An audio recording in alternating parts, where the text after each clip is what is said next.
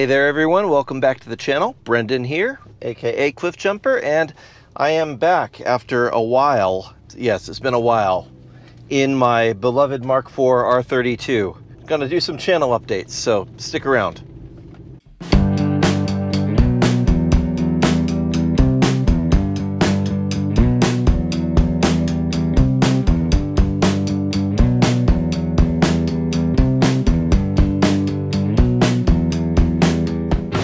Now my R32 was down for a few months actually because it started to have charging issues.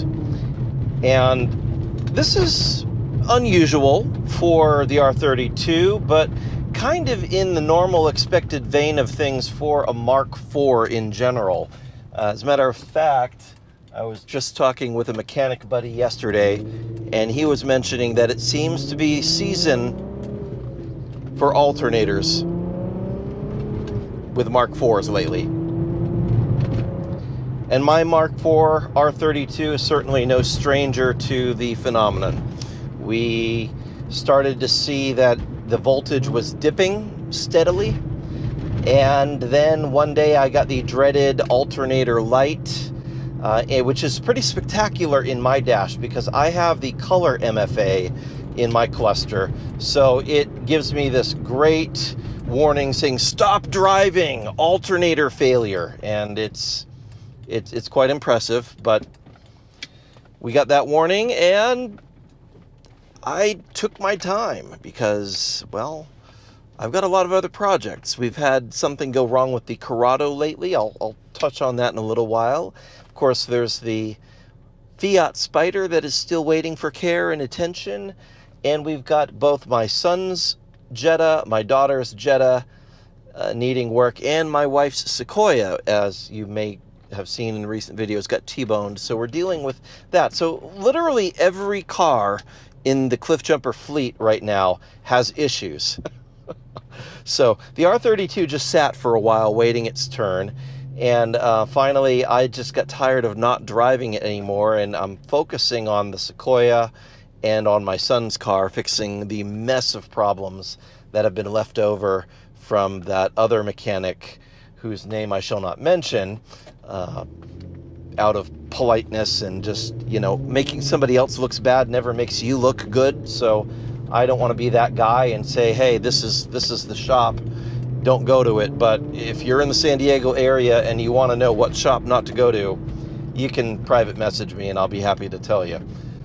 Anyway, I'm focusing on those cars, but I really have missed driving the R32. So even though, yes, I really could have just popped the front end of the car off, removed the alternator, and taken the alternator down to my favorite electric place in San Diego, which is Discount Electric, but they're in like the El Cajon kind of City Heights area.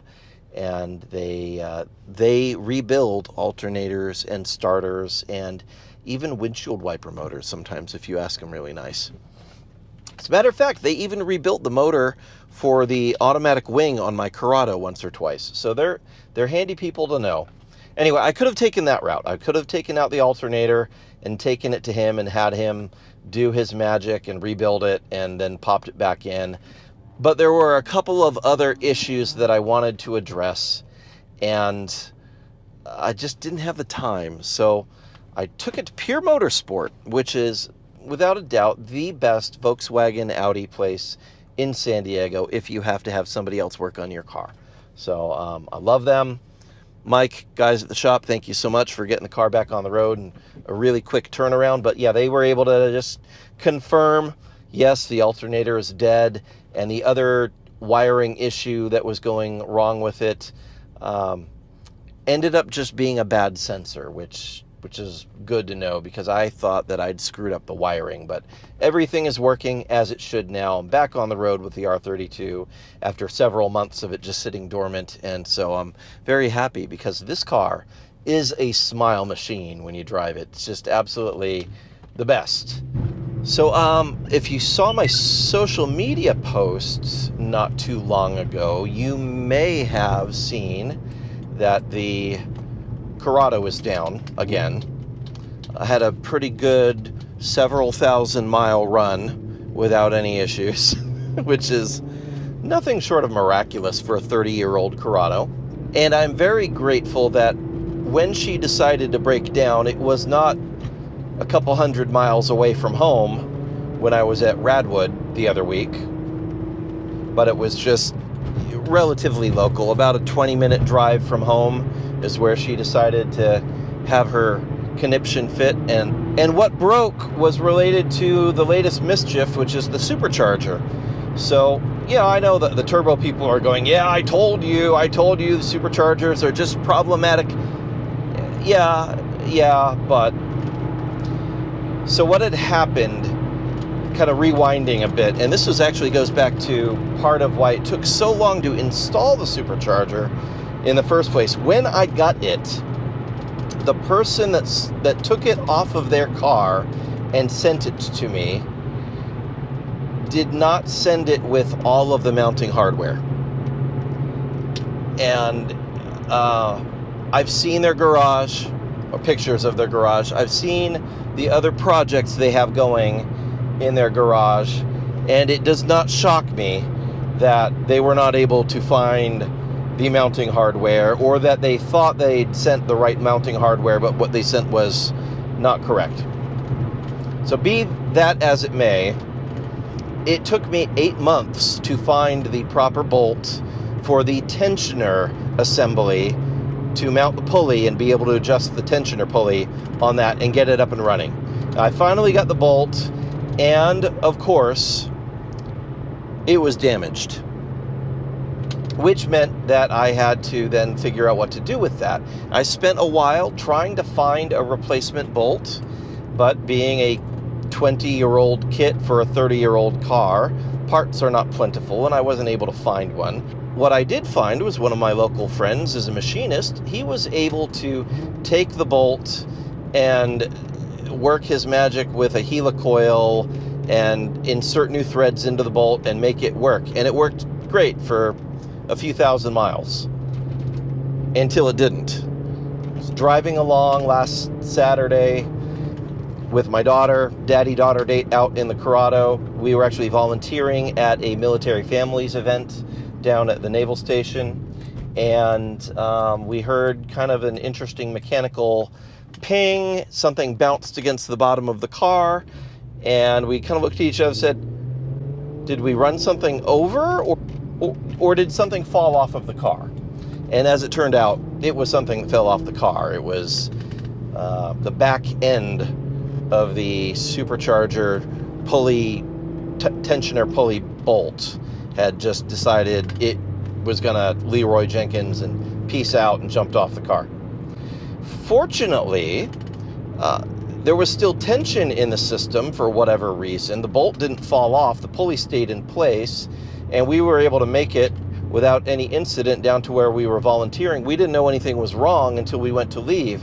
Apparently, as soon as I turned the car off, tension from the pulley moving around, the belt moving, stopped, and the pulley assembly fell off. And that left me with an interesting choice, because I didn't want to have to deal with trying to get a tow truck onto the military base and then have to find out if it was the right kind of tow truck to tow the Corrado, which is really, really low to the ground and requires special equipment and ramps to get it up. So we decided we were going to go full send and just drive it home on the battery power without the serpentine belt turning any of the accessories, which of course meant no alternator, no power steering, no water pump. That was kind of sketchy. So I figured a VR6 Corrado has that little auxiliary water pump on it, right? The electric one. And I know mine works, so we figured we'd try it.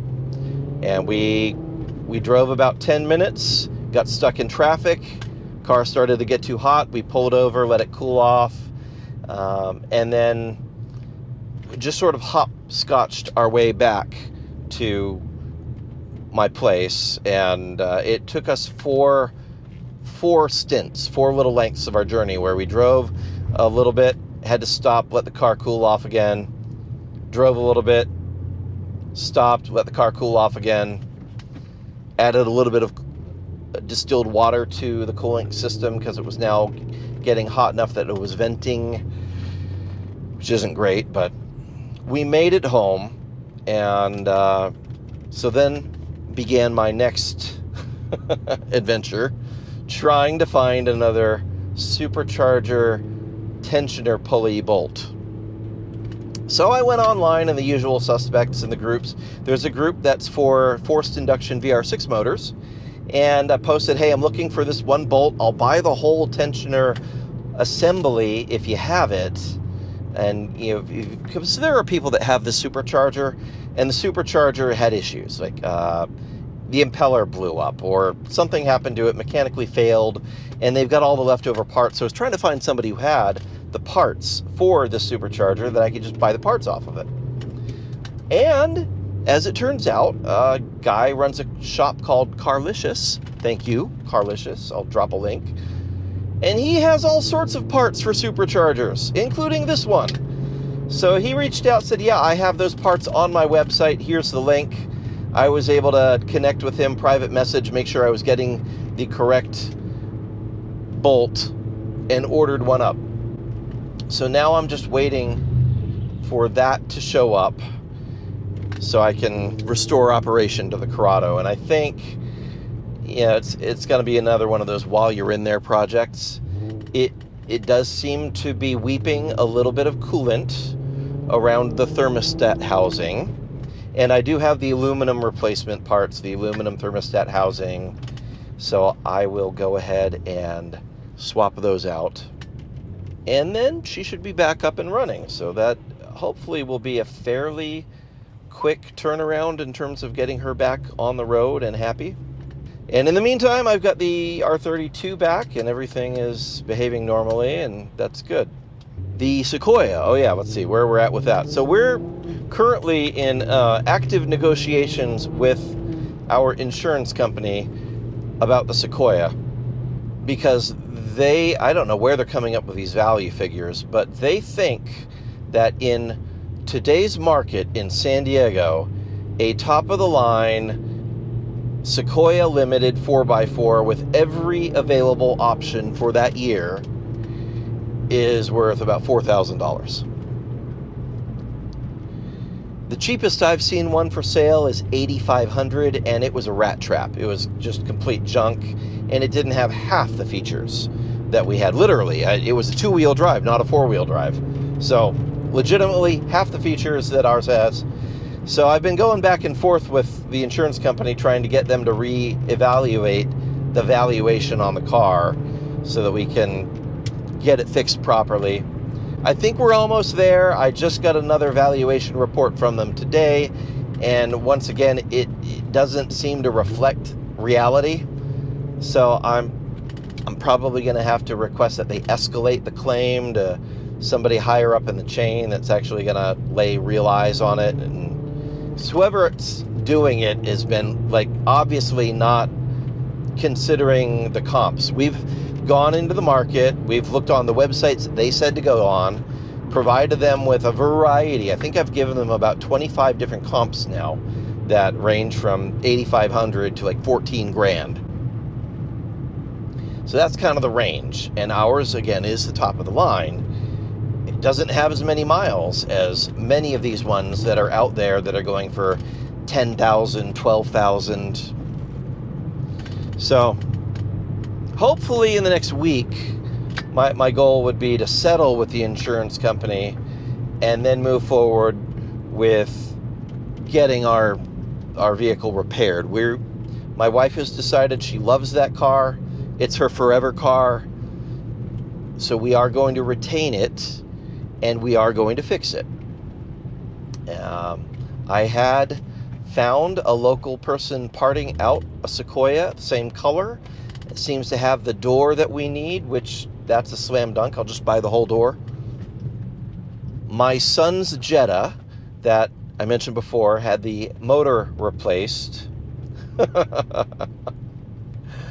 I'm more and more convinced that the the mechanic that owned the shop that worked on it must have had some journeyman or apprentice working on this thing who had no idea what he was doing, because there were so many things wrong with it. As the two previous videos focused on that were showing, there are still issues with it. The AC is still not working, and I don't know why. So I'm going to have to take that to another shop and let them lay eyes on it to see what I'm not seeing, because I've gone through every step of diagnostics with it that I can think of, and it's just not cooling. So is it possible that the AC compressor just randomly decided to choose this time to fail, and it just happened to coincide with the motor, the rebuilt motor being installed? Possible. I don't know. It's sketchy. And I'm frustrated with it.